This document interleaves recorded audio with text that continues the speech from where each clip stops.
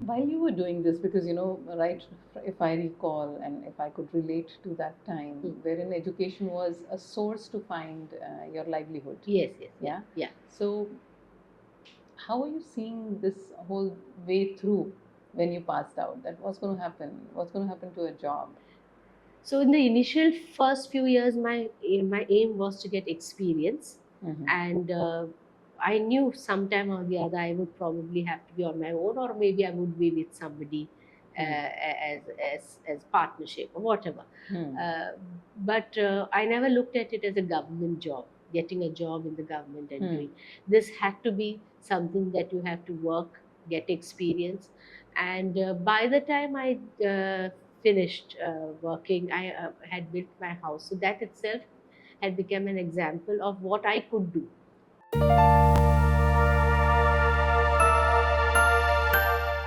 So, welcome, Elizabeth, and we are very, very happy to have you here today on It Matters. So, today is going to be a heart to heart conversation about what really matters to Elizabeth. Okay, thank you for having me here, and it's an honor being on this show. And yeah, let's talk it out heart to Yes, heart. and I'm very, very excited to know more about you because there are multiple facets that you bring along with you. An architect uh, by profession, and someone who's sought after for all the right reasons. When somebody's building, it started with a hotel years back, right? And 80 room hotel. Yeah. I'm not sure if there were any at that point in time. That was when the first boom of Goa, that we Goa was becoming a tourist destination in the late 90s. Hmm. So yeah, there weren't much hotels. Goa was just known for few beaches, and that's when this is one of the first set of the boom that Goa went through. Hmm. So, Elizabeth, I know that you're a Goa girl, Yeah. yeah, but the roots, your ancestors Yes. came to Goa. Yeah. So, tell me about that. So my parents are from Kerala, uh, and my father came to Goa during liberation, the first 1961. Yesterday was Goa Liberation Day. Yeah, Yeah, what a coincidence. yeah. So during that era, Goa opened up for technical jobs. So most of the technical jobs at that time were taken by people from not from Goa. So he Mhm. came to Goa, got a job in the fisheries department, started as a small officer. My mother, after marriage, came here, and that time Goa was Goa, Daman, and Diu. Ah. So actually, my dad's first set when I was born, apparently I was first taken to Diu. So we shuttled between Goa, Daman, and Diu during that era. Mhm. So yeah, and coming from Kerala at that time wasn't easy. It used to be a 3 day journey. Uh, there was Wow. nothing called Konkan Railway and things like that. So they came through hardships. They were government. They worked in the government sector. They a typical lower middle class family, and managed to buy a small plot of land in a place called Porvorim, the first settlers of Porvorim, which was completely a jungle, a plateau, a plot in the Goa Housing Board, which was in 1975, 77, we started staying in Porvorim. So Mhm. from that jungle, Porvorim is now a concrete jungle. So I have seen the growth of Porvorim from that time onwards, and I've now built a house in Porvorim itself, pretty near to that, my own residence. So my roots have been in from Kerala, but always been in Goa on the same side of the highway of Porvorim. Wow, wow. And Yeah, and okay, so it's been a journey, right, for you? right. Yeah, it's 50 years that we've been staying in Porvorim Hmm. itself. So and how was growing up here in Goa for you, school and then college? Yeah, so most of my schooling was, I mean, fifth standard onwards, I was in Panjim, capital city of Panjim. Okay. And Purulim was like just starting to, begin to be developing. So it was just open fields, open terrain, which we had our cycles. We grew up in the jungles. There were foxes, and we just grew up playing. That time was an era without television, so we just physically played. We read a lot. The books was the only entertainment. TV came after my 10th standard. So we physically played. We bonded very well as children. We grew a very very innocent life, I would say. And growing up in Panjim gave us and I grew up in a place, studied in a place called Fontainhas, which is now a big Instagrammable part of Panjim. So People's High School was in Fontainhas. So we were part of that heritage. We walked all over Panjim. I did my 12th standard in Miramar, and then finally Goa College of Architecture, which was again in Miramar. So my whole life of studies was in Panjim, and Panjim was part of our lives. So it still was a city that where we walked across everywhere, and we went by local bus, and we were absolutely a middle class family growing up, and we could do what we wanted. As parents who have already educated, they gave us the wings to fly. And how important was education at that point in time for you? For us, that time, education means going to work and earning money. That was the ultimate goal. We had to survive. We had no godfathers in any field. So the ultimate aim was to, my parents worked hard to build a house and we to survive. So that upbringing was always with us. That you have to work and you have to be independent and have your own money to survive yourself. And you have a sibling as well. Yes. So how is he's age apart young, are you? yeah, 3 years younger to me. He's in Bombay now. Okay. Yeah. So, but as I mentioned, doing architecture and then actually going to Ahmedabad. During that time, women actually, it was very difficult to travel and go and stay in a hostel in an unknown place. In Ahmedabad, I chose to do my internship over there.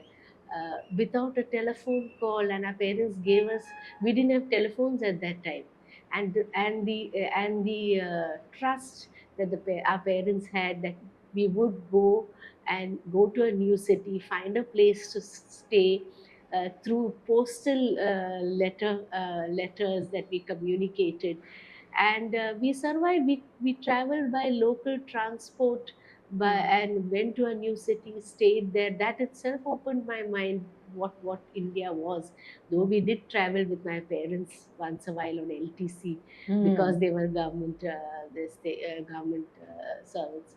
So, but actually, the freedom that I've got to go and learn about a new city, and then try and get a new job in Bangalore. I worked there for a year, and then I came back to Goa. So architecture. Yeah. Why architecture? I mean, when you were deciding, and so what was the discussion at home? Well, I was not planning to be an architect. Though during those times there was something called a talent test, apparently. And I think in that talent, that is the first time we are hearing about talent test and whatever. Apparently in that I was a very good communicator.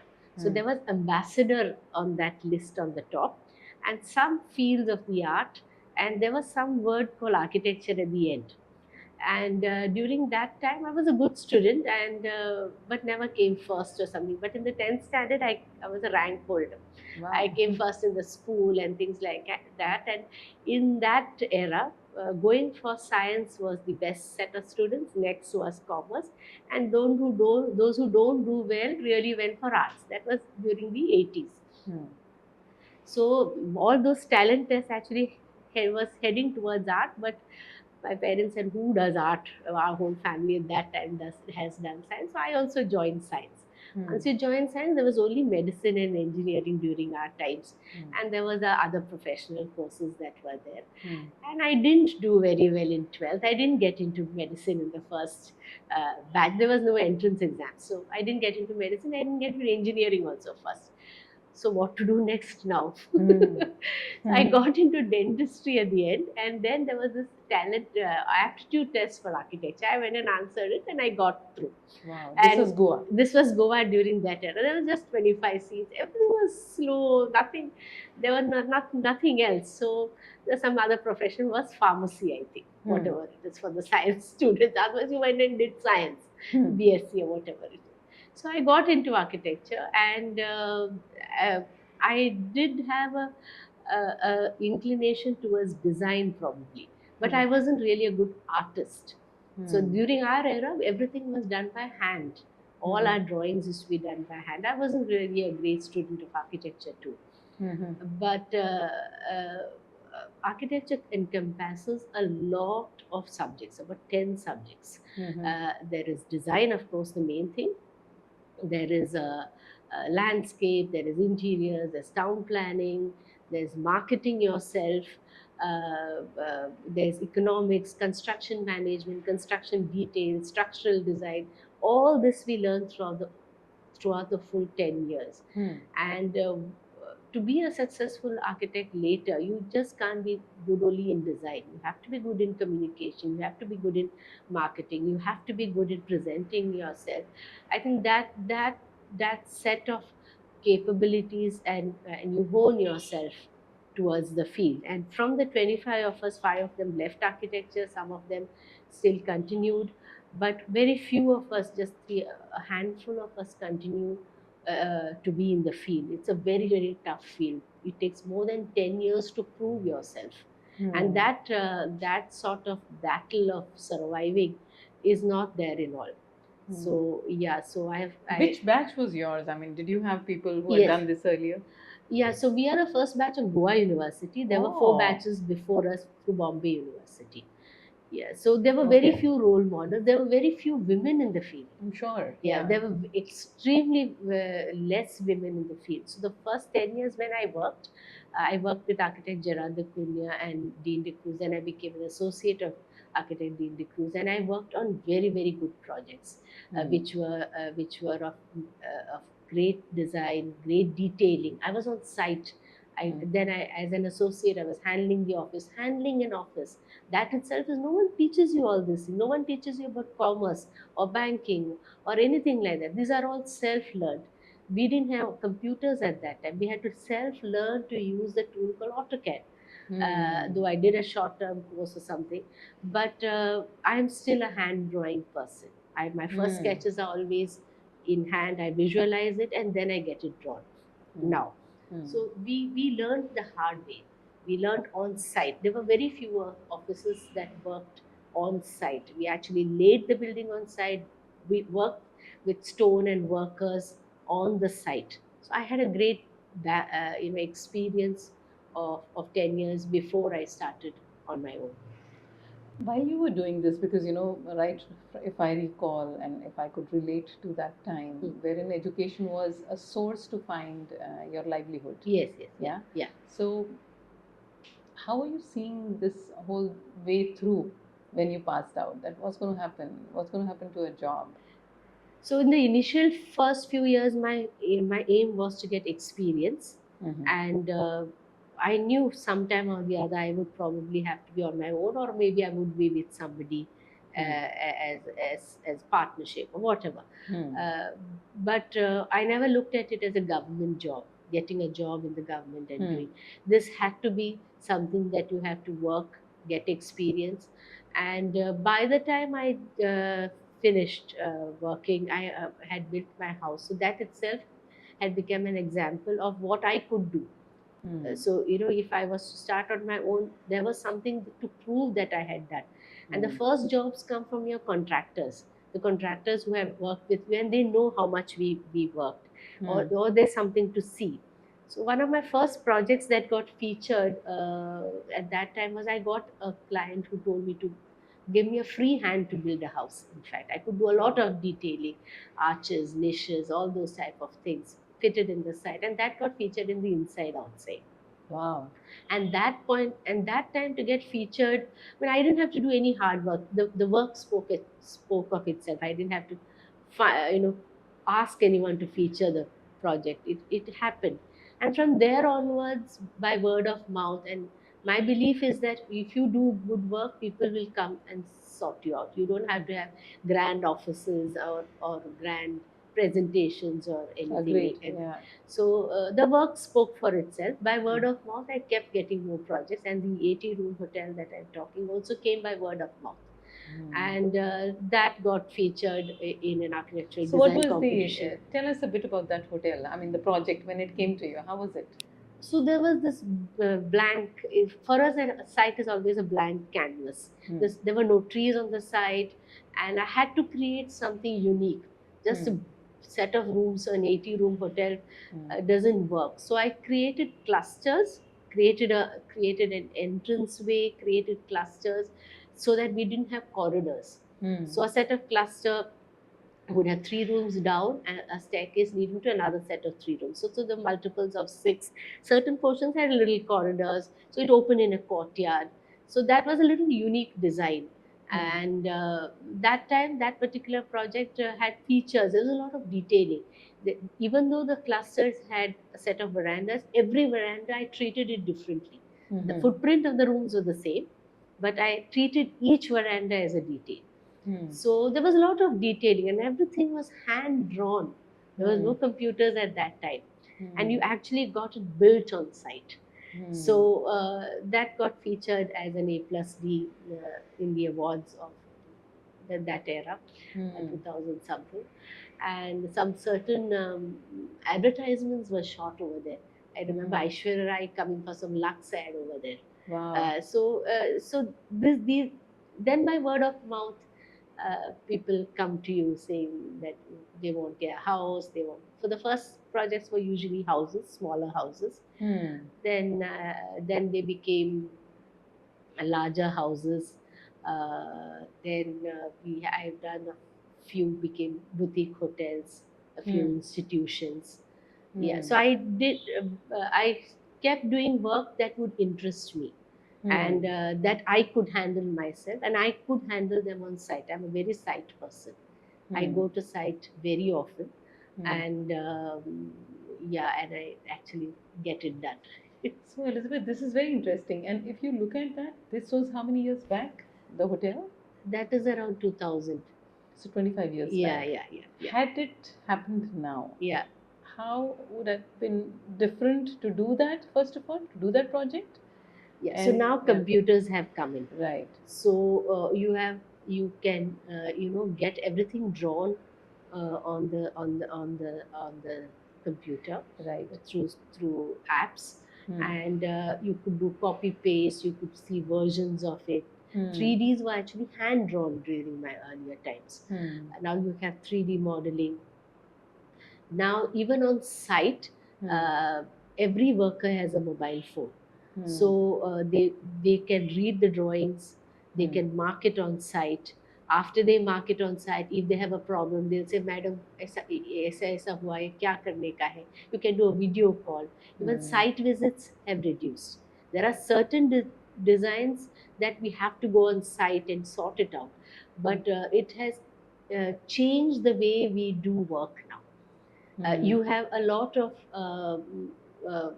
workers and the engineers who can transfer drawings to the site by through seeing it on their phone or through seeing it.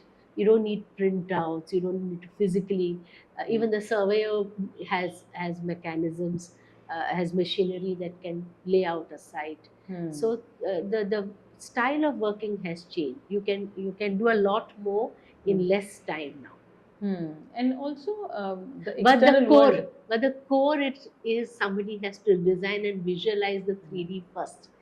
That probably the younger generation gives it to the computer, to AI generate plans, AI generate the 3D space. But somehow the soul of a space is the space itself. And Hmm. uh, I look at it as the activity I Hmm. do. When I design, Hmm. I have a very very huge discussion, long discussion with the client to know what they want. Hmm. And based on the activity, I will be placing the furniture and placing the space around it, Hmm. and their aspirations of what they want. Certain For certain people, a house may be a cocoon. They would not want it to be flashy. For someone, the car porch the car is the flashiest part, and how they live. Hmm. If it is for sale, what is their aspiration for the sale? So I do a lot of discussion first. I spend a lot of time on design, and then create the 3D space, and then only it will be actually drawn out and going for sanctions and things like that. There are changes on the way. I'm not saying that it's foolproof first, Hmm. but I spend a lot of time on the initial design, the Hmm. sketch design. That's like understanding your client and what they Yes, need. yeah, yeah. Because you said That's why that, yeah. each project is different. Yeah. There it would be the aspiration and the theme that the client would want, Hmm. and then I would move around that. Right. Yeah, Like you mentioned that, the center of the whole project, yeah, every project is your client. yes, yes, yeah. So every project looks like what the client Yeah, expects. yeah. Yeah. But unfortunately, now the builder mentality now is, for them it has to sell, and what is selling right now is what everybody wants. Hmm. So there's this phase. The phase keeps changing. So during the initial era, my own house or my firm is called Stonehenge. There was an Hmm. exposed stonework, and when I worked before that, Hmm. we use actually the waste stone. When you blast stone and make cut Hmm. stones, Hmm. that waste stone was used in a construction format called the random rubble masonry. Hmm. So that was used as a waste. Then it became a rich man's thing, because it was the labor component of it was very expensive. It Hmm. had to be shaved and made into shape, and the exposed stone masonry had an era of its own. A Hmm. rich man could afford it types. Then Hmm. that has changed now. Now what sells in Goa now is the Portuguese influence. Though there is nothing called Portuguese architecture, Hmm. it is Goan. The influences of Portuguese architecture's vocabulary came to Goa during that era. They built these beautiful grand mansions, and those are only found in Goa. It is Hmm. built by Goan. It is an Indo-Portuguese architecture vocabulary that has been adapted to Goa's climate, Hmm. adapted to the materials available here. Hmm. And we also have the smaller Goan houses. We are not only having the grand mansions. Even these small Goan houses have a value of its own. We can't build that way anymore now in Hmm. today's times. Hmm. Yeah, so there is always a transformation and an adaptation that goes from era to era. Hmm. All right. So that's about your work, what you do, and we can clearly see that you're so passionate about it, Yeah, every detail about it. yeah, I yeah. think that's what makes the difference Yes, here. yes, yes, Yeah, yes. and I think every detail matters to you. Yes, yes, yeah, Yeah. yeah, So yeah. you won't leave anything. No, no. Yeah, every corner of the house Hmm. is running in our head. Hmm. Every beam or any column is always known to us. It can't be separated out. Lovely. Yeah, yeah. And so, how about your personal journey? So, when did you meet Jason? And Okay. So while I was working that time with hmm. architect Gerard and Dean at that time, and that's when I got married. I was very particular that I had to know what I'm going to be doing in the future. So Hmm. for me, a place to know where I will be. Yeah. So I was working Hmm. in an office, and Hmm. actually the firm's name was called Natural Architecture at that time. Hmm. So I was very involved while I was working in the natural form of building, using stone and Hmm. natural methods of brick building domes and arches and things like that. And when I thought I would like to settle in life, I was very young, just 23 and a half at that time when I decided to get married. But I just thought I need to know where I would be as a place. So because in our field, during that era, where are you based would determine what would happen in the future. As I said, we could see everyone working, toiling for actually 10, 10, 15 years to actually, have a firm of your own, have a design status of your own. So I decided to get married. It was an arranged marriage. And you had been working for how long by then? Just 1.5 years. Oh, yeah. okay. In Goa. In Goa. And he had a government job. And I decided, for me actually settling down was having to know where I would be. So it would be Goa because he had a government job. I knew I would be in Goa. So how did you know him? It was an arranged marriage. Oh, nice. It was an arranged So your parents had to find the boy. Yes. Okay. And he was working in Goa. So we got married, and I had a Ashwin after a few years, and everything was going very fine. I was working. He was a poster child, winning baby. What are those baby contests called? Some baby contest. It was a very, very beautiful, angelic looking child. And once he age 2, 3, he was verbal. He was verbal. Okay. And he was not making sentences. But and he was very hyperactive.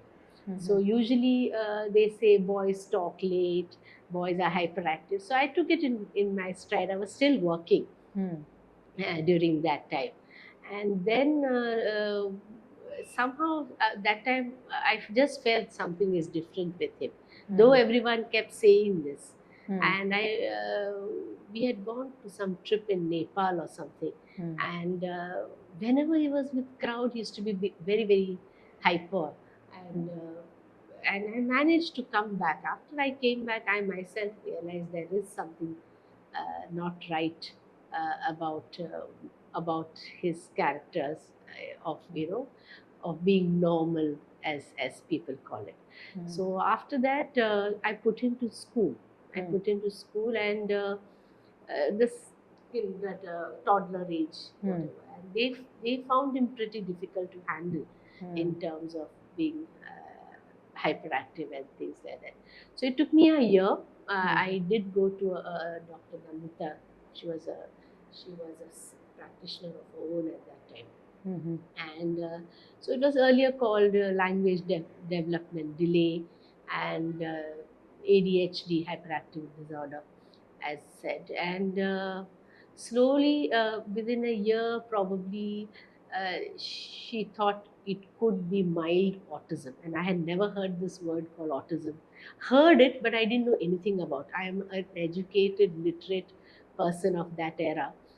He's born in 96, so about 2000, that is, about 4 years. I didn't know what it was. And then soon she told me to attend a workshop on autism, 3 days workshop, and it was a very intensive workshop. And so it was probably autism at that time. And then afterwards, the journey really started with Ashwin.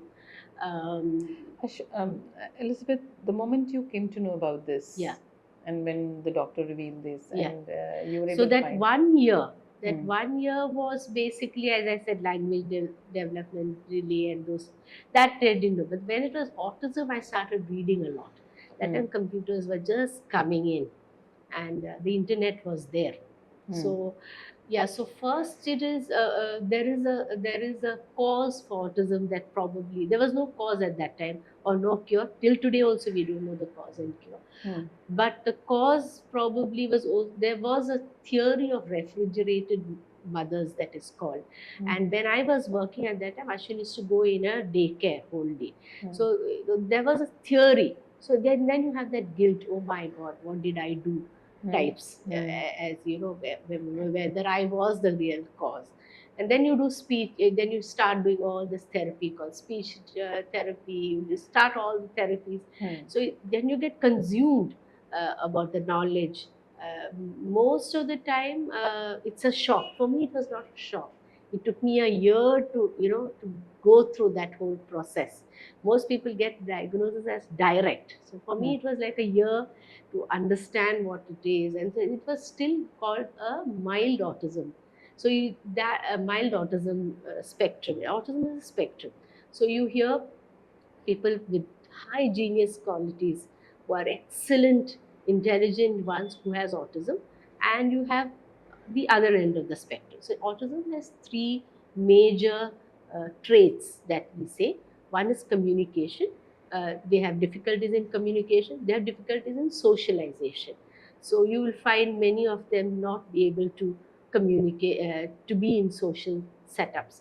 So I couldn't take him to public spaces and things like that. That time he used to get very upset. So socialization is it's still not everyone will have it, but these are the three traits. And the last one would be sensory issues. Many of them can't bear loud sounds, lights. You will find them doing repetitive rocking. Some of them will be doing the pen like this, some of them will be rocking. That is to keep themselves in balance. So these are the three major traits of autism. I had done a lot of study. I started reading a lot, attending workshops, and started taking him to therapies. And that time, in that age, it is hope. Your child will cope. Your child will reach the stage as normal children. Then you start putting them to school, and then the gap becomes increases further and further. Is not coping with academics. And when you are an academically qualified person, your whole family is academically qualified, and you have a child not being able to read and write, that becomes the biggest setup. So then I started taking a decision of my own. How much do I make him independent? At least he should be able to do his self skills. I started weaning away from academic skills. So I started teaching him skills that what he needs to do. Now for us, simple thing like buttoning. Buttoning is very easy. It comes natural to us. You put your hand through, you remove the seam, you can button yourself. Buttoning is about 13, 12 steps. Put your hand here, put your through. Each step has to be taught to them. Everything from washing hands to wiping your hands, everything has to be taught to them step by step. Unbuttoning is another set of steps. Brushing your teeth is another set of steps. Bathing is so everything. So my focus began to change from academic skills to self-help skills to household chores. So that was the strategy I used. Fortunately, by 2003, we had a special educator who came from the US called Giselle Lobo, and she wanted to start something called inclusive education in regular mainstream schools. So that was the year. We were 8 of us at that time. She knocked the doors of some 11 schools in Goa. One school called Holy Cross Pastora gave her space, and we were 8 parents from the clinic. Dr. Nandita had started her own center at that time. 8 of us joined her. We knew nothing. We had no clue what is inclusive education. We didn't know what. At that point of time, again, as I said, the hope was to get our children as normal as possible. So we had the space. She started it. First, she started, the whole initiative of getting the furniture, paying teachers, everything was us. So she was the main person who taught us everything, all the steps that I'm talking of. So we have something called the IEP, Individual Educational Program. We write IEPs for each of these goals. We have we have set of goals in socializing. How would he socialize? How would he be able to go and give a handshake to somebody? So that is to be taught to them. Communication, saying hello, is a set of goals, is a set of steps. So everything has to be taught to them. So as I said, the first initial years went into teaching basic skills of sorting, sorting, sequencing, and matching. And with those skills, you can build up further skills. I will tell you about those skills, how I've used them from beading to other things. So it was a journey of learning, a daily learning of journey. I was very, very diligent about structuring. The structure gives our children a sense of being. So you give them a structural format. Do this and you finish that. After that, it's over. So everything has to be structured. The day has to be structured. The every work format has to be structured. So we use visual cards. Everything when you use visual, they are visual learners, most of them.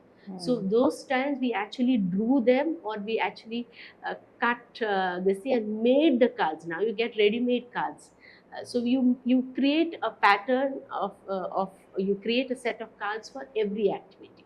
So you teach each of them as activities that way, and I was very involved in it as a parent. So those few years were teaching him to be as independent as possible. I had my daughter in between. That was a very, very anxious pregnancy, because you don't know what is going to happen, because there were parents who had 2 children with autism also. So the pregnancy was very, very I had took a conscious decision of having a child, second child. The pregnancy was very anxious until she spoke and her milestones were actually normal. That anxiety remained in me. So, but fortunately, everything went well. And the first few years of inclusive education, we formed a parent support group. It was called TIES. We registered the group, so we learn from other parents. So I as a parent, I also share a lot of that time the classrooms were not recognized. So we formed the parent support group. We were 10 of us at that time. So another 10 of us joined a school in Purvarim. So we had this classroom running, and few of us moved here. So each classroom like this snowballed into a revolution, I would say. So we had 10 parents in regular mainstream schools starting these classrooms, with Giselle Lobo as our chairperson at that time. And we fought with the government. Fought meaning we had to literally go and sit there and make this known that inclusive education is possible. And we finally, by the time our children started coming out of school, the government approved that scheme. And we have What were the concerns that the government had at that time, and why was it no, difficult it was a new concept, no? Teaching children with special needs at that time was not a known thing. There were special schools. But teaching children with autism in regular mainstream schools had to pay. Who will pay for that teacher? We needed special educators. So we needed to have a course in special education. She started a course of B.Ed in special education in Goa, so that we have teachers. Now we have 40 classrooms in Goa. So we sowed the seeds of inclusive education in Goa. And these were children with high CV and high support needs. And those classrooms were called as resource rooms. So this new policy came into being. And once the government started supporting these classrooms, then parents didn't really need to work hard. Others, everything was done by parents. Paying salaries, getting the resources, everything was there. It's a very expensive proposition. So now the classrooms have become part of the policy of the schools. And then our children finish school. Now where do they go after school?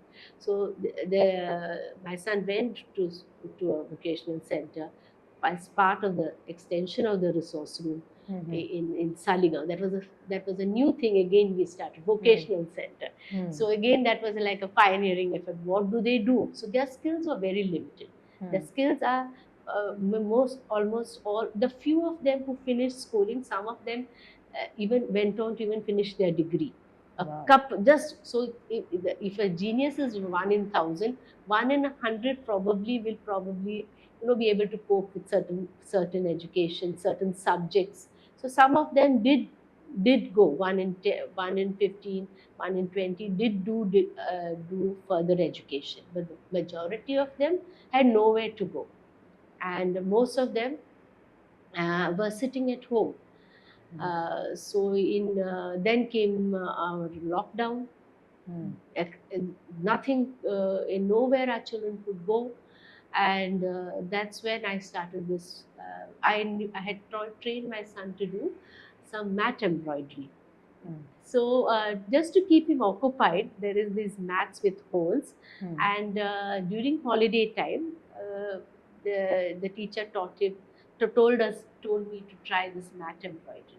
And there was a whole sequence. You have a start point, you have marked all the points, you thread the needle, it's a fat needle, and you thread it. So he could do straight lines very easily. I developed that thing in during the holiday time. I slowly started seeing that he could do a multiple set of stitches, which was very, very repetitive. They can do repetitive things pretty easily. So I started developing that craft of mat embroidery, and I started making small things like little jewelry or little what you say, not coasters, small pieces that I could give the teachers on Teachers' Day. So that was what I did before lockdown. I used to make these little things, and that was it. During lockdown, I developed it into products.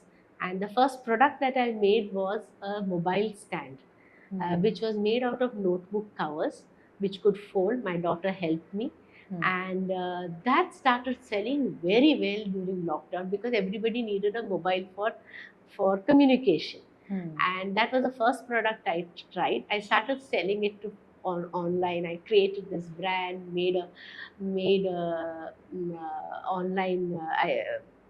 But I started selling it online. A few of them gave them free and things like that, and that took off.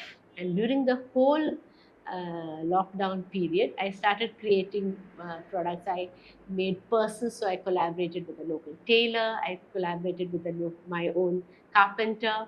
I started making trays and a whole lot of products. And yes, I had a turnover of rupees 1 lakh during the lockdown with the brand Ashwin, ASH and WIN in inverted commas, because I believed he is a winner.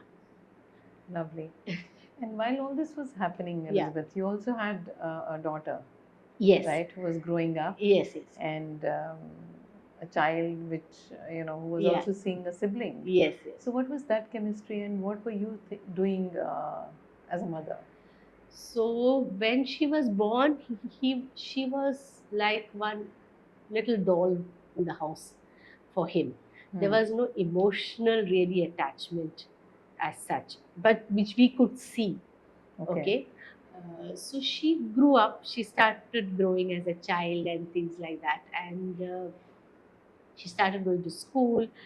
And since he is verbal, he has limited speech, but it is not speech that you communicate like a story or whatever it is. He may say, I want water or things like that, but if he knows how to get water, he won't even use that sentence. So there is limited speech. So there is really no communication as such. But she knew that her brother was different. And there was a time when she went to she was just 3 or 4 years, the first annual sports day or something like that. And I took her. And there were some games or something where the both parents were required, and I realized that I couldn't have her own father at the same event. And then I realized I had to do something specially with her. So I started trying to do a lot of mother daughter little things. And I forgot to mention to you, in one stage when Ashwin was around 11 or 12, I decided that he was doing pretty well. when he was still in school, I decided to take a break. Hmm. I went, she was just 8 at that time, but I decided to take a first break of going to the US and Canada for a school reunion. Mm-hmm. And For yourself? Yeah, myself. All right. And it was an experiment, was a challenge for me. And that was a small point of time. Ashwin could come by a school bus, get down, and actually go with peers.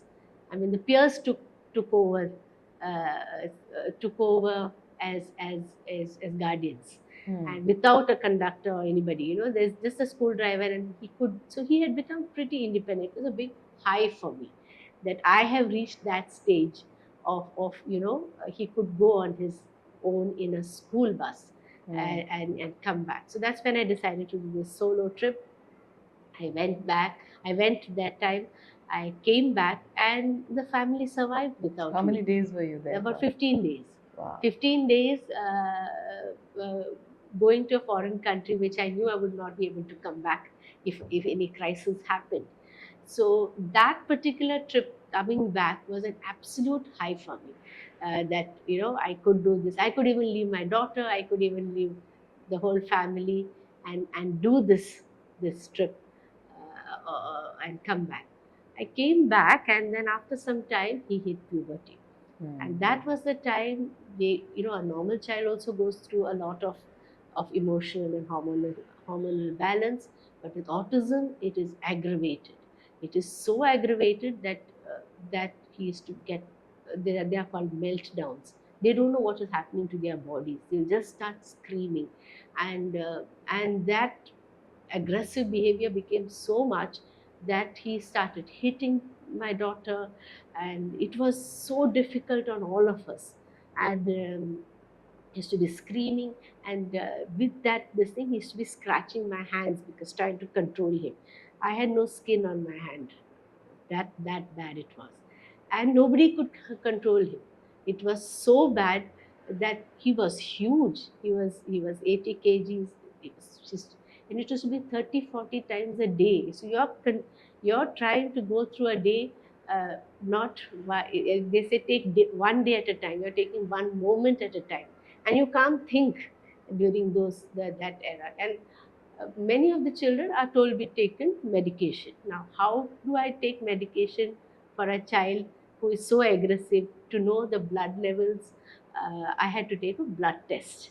So, to take this child to go to a hospital and take a blood test itself took me courage of about 3 months. And I did a social story. We'll be taken to hospital, and they say at the end of it you will get a chocolate. But the end of it, we have to give them rewards. This is the state, this thing that worked for him.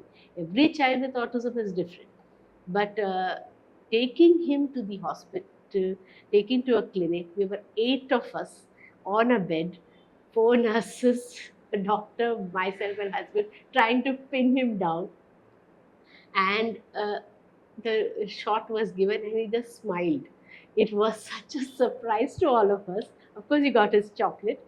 So that's when we came to know what is the blood level of the level of lithium. We had to introduce lithium to him, which has to be taken at a lower dose and peaked up. After that, it can be lethal. So this whole thing of taking medication and getting him to settle down and peaking it up, and actually took about 3 years. And those 3 years I was literally homebound, but I still didn't leave my career.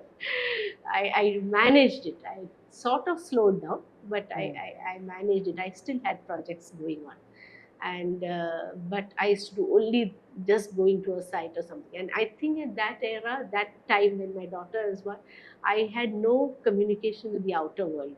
It was my maid, my mother, and myself. That's literally the communication that I had. So but he settled down. After that, he actually settled down, and Elizabeth, on a so daily that basis, yeah. so that from there I had fallen. I went into depression.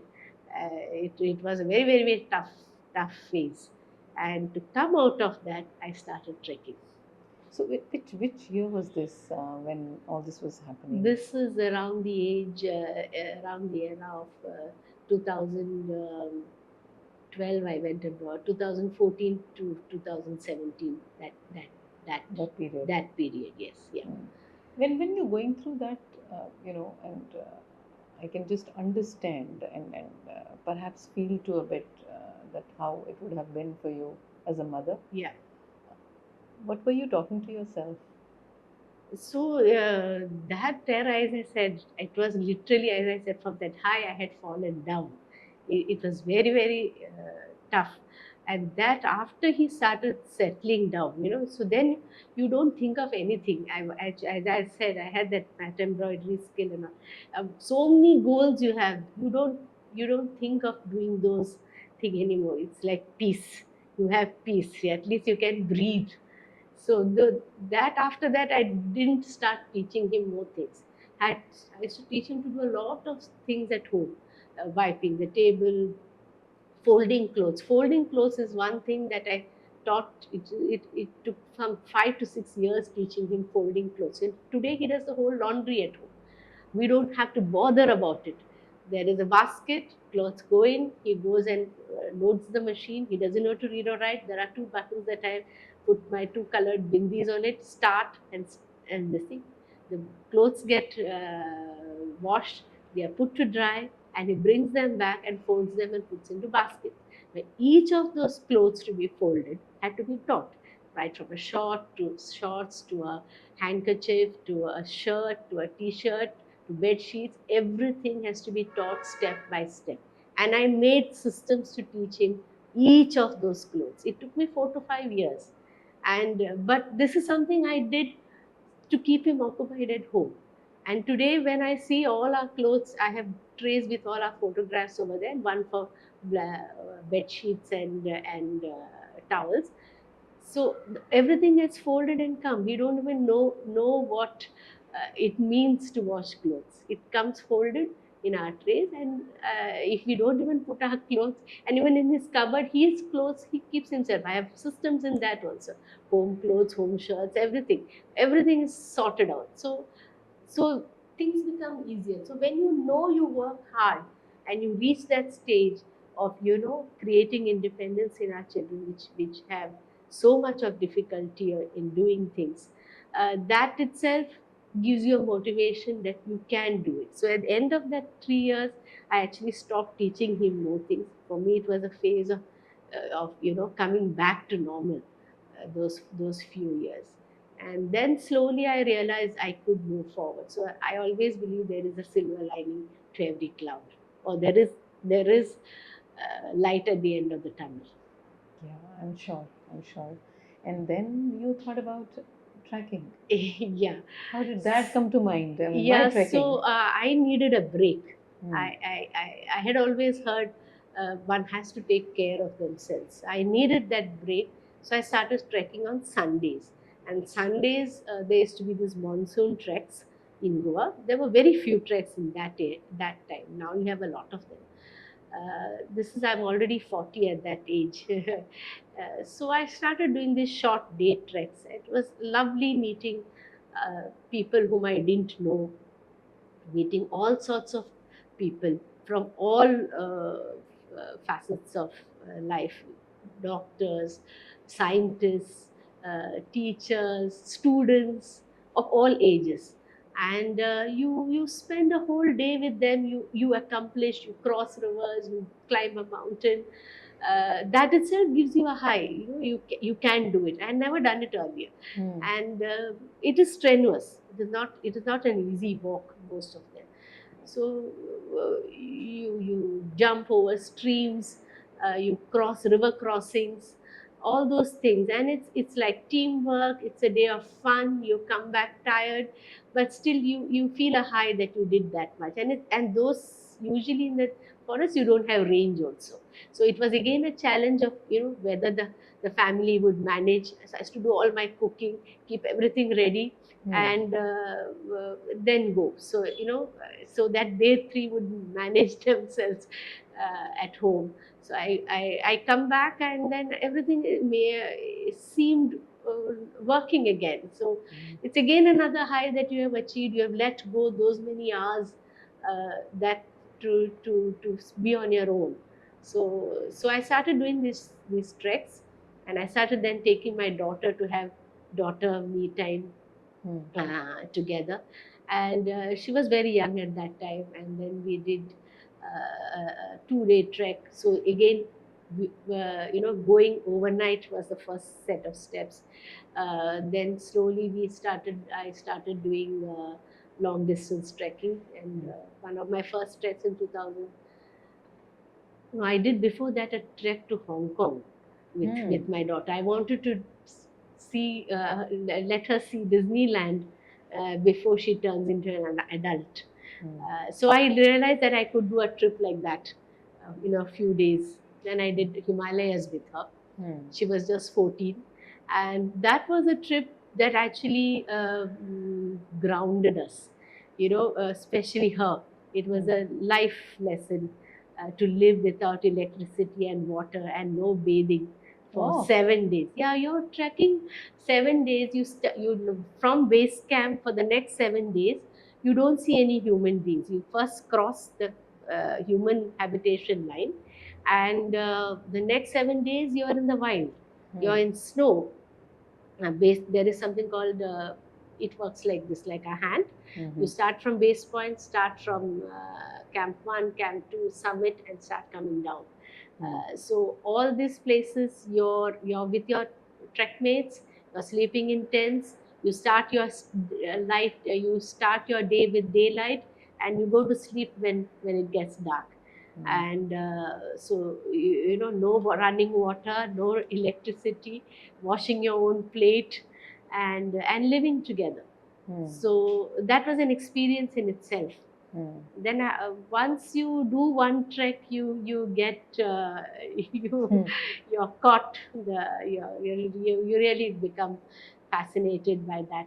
So I did a few long distance treks. I've done the Valley of Flowers in Uttarakhand. I've done Great Lakes of Kashmir. Not many, not like I'm not one of those extreme trekkers, but I've done long distance treks, such, and I do travel. I try and do some travel, and I go with groups. I may go alone from Goa, or I might find somebody from Goa, but so I try seeing new places. So I've done the Silk Route tour, a road trip from Armenia to Georgia to Azerbaijan, to flew over the Caspian Sea to Uzbekistan. So architectural tours like these, I have done a few. Trying to see what I can, but yeah, once a while I do a solo trip. Sometimes I do a trip with my daughter. We just did Bali. She wanted to do surfing. Yeah, so yeah, so try and do what I can. Try and do some things for myself. Yeah. Interesting. and actually very encouraging. Very, Yeah, very so encouraging. many parents do get motivated I do share my success stories. So the parent support group has been in that direction, where we share our stories, we share our successes, we help. At least I do get a lot of calls from unknown and young parents now, and what to do next, or how to go about, find strategies. Some of them have very, very tough children to handle, and each of our children is different. So what works for me may not work for them. Sure. So, but we give them our ideas. You adapt it. Yeah. So there are certain skills certain vocational skills that I worked for my own son.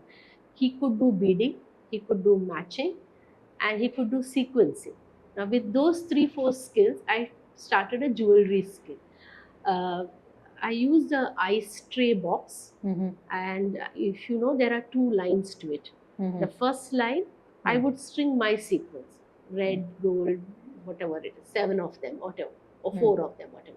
It's stringed and kept. So he matches each of them, then beads them on, and that becomes a sequence. So that with that set of skills, I created a jewelry skill, and that became an aid. They need aids. See, he can't count, he can't remember just like that. So by just having this one set of aids, so this that's an innate capability because I'm in the design field probably. So my own design skills and the skill of being a mother, I put together and have started these things. And that's how the center that we have runs also now. I am the project lead for that. Lovely. So you're trying to make these children, the one who have some special needs, Yeah, making them independent. yeah. So this task center that we call the Star Project. Star project. Star Yeah. Project is something that I started. And the Star Project stands for Skill Training, Art and Recreation. So after COVID, our children had nowhere to go, as I said. And it was very difficult for many of the high support need children to go anywhere. So many of them require one-to-one caregiver. So my son doesn't require, but a few of us got together. We got a place.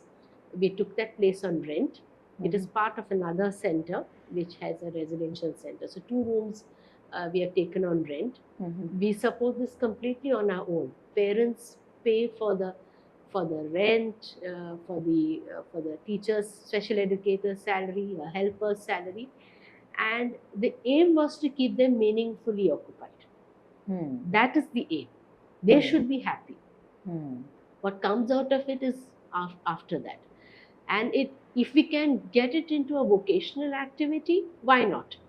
So with that in aim, with that in our thoughts, I started this. I took up the lead for this project. We started on canvas, a blank canvas, and we used their skills of dabbing, stenciling, and we started filling that canvas with paint. And that painted canvas was used to make products. So we started making bags, we started making pouches, runners, mats, and they can't be doing that all the time. So they need certain recreation. So there's fitness included in it. There is music included in it. There is outdoor skills included in it. So the whole program is a holistic program. And on a day-to-day basis, it takes my time. I work with the specialty educator who on the product, the marketing, and we have reached now a stage that we started collaborating with artists. And the recent collaboration with artist Claris was we produced 10 paintings, which are now featured in Serendipity, the art festival. So it's a big jump for us from just painting canvas to really reaching to real art. So the Star Projects STA, art also we have reached that state in just 2 years. Wow. That's a lot of hard work which has gone behind. Yes, yeah, it's a daily, it takes a lot of my time daily, but it's my passion. I enjoy it. So anything that is done with passion never feels like work. Right. Yeah, so I can ideate on it as long as I can. Some may appreciate it. It may work for a few parents. It may not work for all. But they have fun. So there are recreational sessions of music, dance, movement, meditation. You know that's so it has worked for a few parents. We want to take it forward. Just as the inclusive education classrooms, we hope that these can be centers that can be opened in every college or or an ITI or skill center. So we're working with the government. The government knows that what we are doing, but we don't have the numbers. For them, a center requires 20 people.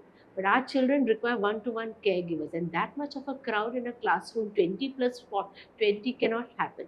There is a limitation to what we do. You have 8 people, then you have 8 caregivers also. So that itself is a big crowd for most of our children. So we are trying to, work with the government and say this is what we need. Spend on these type of skill centers where our children also could be included. and we are actually proving that we are making products. Yeah. So while you're doing this, Yeah. this is what you're doing, and you're like raising them and making sure Yeah. that they are on their own Yeah. and they have something to do, even when possibly this generation doesn't exist anymore. Yeah. There's also a lot of, I'm sure, awareness and also tutoring that you're doing to the siblings or to the people who are there in the environment, right? Yeah. In terms Awareness and advocacy has been our mainstay of. from the time we formed our parent support group. So that time people didn't even know what is autism. So those type of times we used to do awareness walks, awareness, a lot of activities like dance for autism, walk for autism, swim for autism, art for autism. We have done all of that in those years. Now we feel there's a lot of awareness, and that time we were like really breaking ground, taking permissions from the government to do a walk in the city, taking, it's just not one or two permissions. You have to take government permission from the municipality, all those things. We used to do that as parents. We have worked very hard during those initial years for awareness. And awareness programs has been our mainstay. We go to schools, we go to colleges, we speak to them, we create events. So in just even a few years back, we had a big, large autism festival, autism awareness event in a park, and we held a painting competition with regular children coming there. And we had a lot of events there with the local MLA coming, and the whole it was in Porvorim, the whole community came there. So we have these large events. We go to schools. We do even awareness and socialization awareness events in public spaces like Museum of Goa. We speak to the staff. So so then they make they do, like Museum of Goa has now a sensory corner where people, children with autism can come and rest there. We tell them how to take care of our children if they have a meltdown. We speak in government offices. That has been our mainstay all the time. Awareness has been, and advocacy has been part of our programs as a parent support group. Tell me, Elizabeth, as a person, as an individual, right, and being a mother to a special child with special needs, and also having another daughter, a child, what has it really taught you, and how are you a different person? So we learn all the time. Right. And it would be a cliche if I said that my son has taught to me what is life. So it completely changes your perspective of what life is, and what is success, or what does it mean to live. So you live in the moment. You make the best of what you can do with your abilities, with your whatever you have within your environment. So, that has been my way of living. Does it also push you harder to ensure few things which perhaps you wouldn't have done otherwise? I don't think I would have had this career like this. I did that. I wanted to do that for myself. Probably I would have been lax-sided if everything was on an easy platter. So for me, that career was very important. I was doing that. I have become financially independent. I can independently move anywhere. In Goa, if you don't have a physical vehicle, you can't move anywhere. So I can take my own decisions. I can take my own decisions because I am financially independent, I am physically independent, and that probably most mothers don't have it. There's a lot of stigma. There's an extremely lot of stigma, especially in the affluent homes. They won't even show their child outside. I have a thick skin. I don't have anything to hide. I take my son everywhere where he is comfortable. I may not take him to a mall or a movie or anywhere, but I can take him to a restaurant where he is accepted. He can so because I've taken these baby steps, I can take him many places. For me, flying was a very, very big difficult thing. He could not fly. The first, when he was a child, I flew. It was a very, very emotional, overwhelming experience. I didn't fly. I had such a fear of flying with him for the next 20 years. I restarted flying with right after. He could go on a train anywhere. 2 days, 1.5 days of traveling, I could do in train. But I could never travel with him on a flight because of the fear of that first flight that I had. He screamed and it was too cold. He became so cold that he has a fear for high speed lifts, high speed boats. I know that flying, that taking flight and touchdown is very, very tough for him.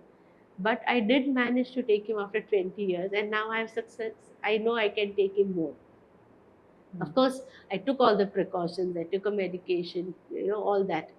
But each of it is still a learning process. So, what was your question again? Yeah, so I was curious to know that, had it been when we were talking about it. Yeah. So as I said, every day I'm still learning. I'm trying to still teach him more things to be as independent as ever. So during lockdown, I tried to teach him to toast a bread. He toast a bread on his own with cheese and things like that. I did it diligently for the first 3 years. So today, every day, he makes that toast and takes it to packs his own tiffin and takes. I don't have to bother about his tiffin. So there's a routine he'll follow. He will make the 2 pieces of cheese toast, one bread jam sandwich, chooses some biscuits of his own, and every day he takes that tiffin to school and fills his water bottle. So I have now taught him to make rice. I have now taught he makes tea every day. Every day I'm trying to teach him whatever he can be independent and be meaningfully occupied at home. So acceptance comes at home first. If you're not going to accept and include your child at home, the child will never be included in the society elsewhere. So you have to learn to accept your child's ability and move and work with your child's abilities. And we all have abilities. We work within our abilities. And that's the way I would look at. Tell me, as a mother, what are the fears that you have right now? The biggest fear all of us parents are what happens after us. There is no setup, government setup or policy uh, to our children with intellectual disabilities and neurodevelopmental disorders. So we have to work completely our own. So there are some few parents who have started, these setups in different models. I've gone to study all these models, quite a few. So there are parent setups where parents are also staying on campus. There are setups where children are on their own. There are setups which have a dual type. But the biggest fear is what happens after us. And there is no solution right now.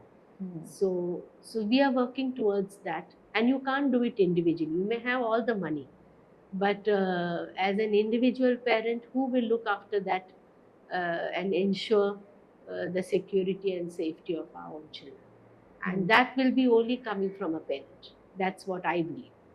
So as a parent group, we have looked at a few models. We've tried to zero in on a model after a lot of study. It's a very expensive proposition. More than that, it's a very emotional attachment that we have. We have to let go our children someday. And the earlier we do it, before we get too old and we won't be able to do it ourselves. So it needs a lot of background backup activity before we actually let go our children. So we are working towards it, but I always believe that it will happen. It will take its time, but it will happen. I'm sure, and so encouraging. We need the support from the society in general. We need the support of the government, but we will have to do it on our own first. That's what I realized. So, if you were to make a wish, yeah, and what would that wish be? The wish would be that I am alive till he is till he is alive, at least one day more, because it's very difficult to trust somebody else with your own child. But that would be a wish that can't be. It won't be reality. Let's see how it goes. But we have to work towards this assisted living center. He will never be independent on his own. That we are sure. So most of our children are, even though I have another child, but it wouldn't be fair on her to look after him. And so we have to have this setup, which is sustainable. It should run after we are no more. It should be sustainable, and it should be practical, and yeah, looking forward to that. Very, very inspiring, and wishing you everything that you wish for. Yeah. Wishing you much more power. Thank you so many much. more treks, many more beautiful houses, buildings to see around, which you create. Yeah, please come and visit. I shall certainly do that. Yeah. And I wish you a lot of more people that who take inspiration from you. Thank you so much. And build this world a better place. We all have to do it together. Certainly. We can't do it completely on our own. Yeah. So it takes a village, as you know, to build something. So we are hoping that would happen. I think women we are very resilient as women, and we know how to take the world together. And if your crown is falling, there is the other woman to help it put it together. And I think we as a community can do a lot of things. And not all women probably may join this. There is always that dependency that people talk of. But I'm sure if women are given the role of leaders and the role of putting things together, we will do a much better job. I'm sure, and it just matters those very few who shall do it and do it together. Yes, yeah. Thank you very much, Elizabeth. Thank you, and it's an honor to be here. So lovely talking to you. Thank you. I mean, thank you very, very much. Oh, I must be saying thank you. Thank you. It was lovely listening to you, every bit of it.